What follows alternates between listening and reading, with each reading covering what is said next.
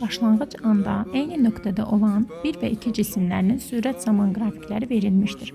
Cisimlərin sürətinin bərabər olduğu anda, burada onlar arasında məsafəni hesablayın. Deməli, 6 saniyədən sonra cisimlər arasındakı məsafəni soruşur. Başlanğıc anda koordinatları eynidirsə, onda birinci cismin koordinatı üçün tapacağım. Deməli, bu fiqurun sahəsini bu fiqurun sahəsi lazımdır. Burada deməli bir buranı tapam. 34. 30 vurulsun 4 üstə gəl. Bir də ki bura lazımdır. Burada da trapesiya var. Bura 15'dir. Bura 30'dur. Buradaki 4 ilə 6'nın arasında 2 var.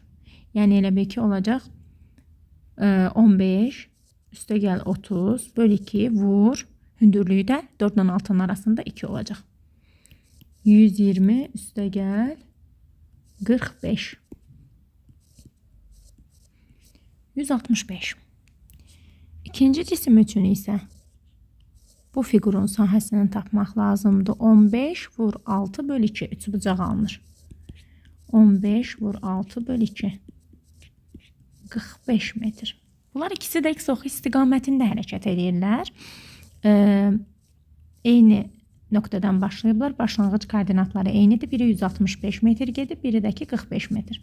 Aralarındakı məsafəni tapmaq üçün çıxmaq lazımdır. Çünki eyni istiqamətdə gediblərdən. Doğacaq 120 metr.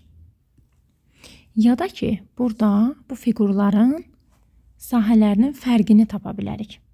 Deməli, birincisi budur. Bu fiqurdur. İkincisi isə bu fiqurdur.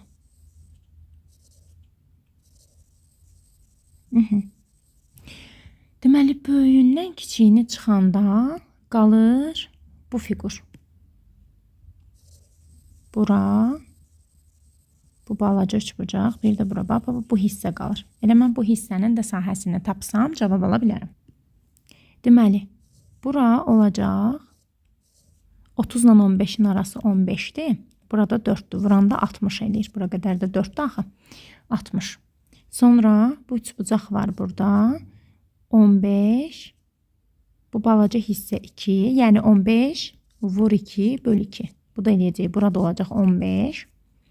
İndi qaldı bu üçbucaq. Buradakı üçbucaq qaldı. Bu üçbucaqda da ki, deməli 6 ilə paraleldir. Bir də burada 15'dir. Böl 2. Bu da eləyəcək 45 metr. Deməli 60 üstə gəl 15 üstə gəl 45. Bu da olacaq 75 üstə gəl 45. 120.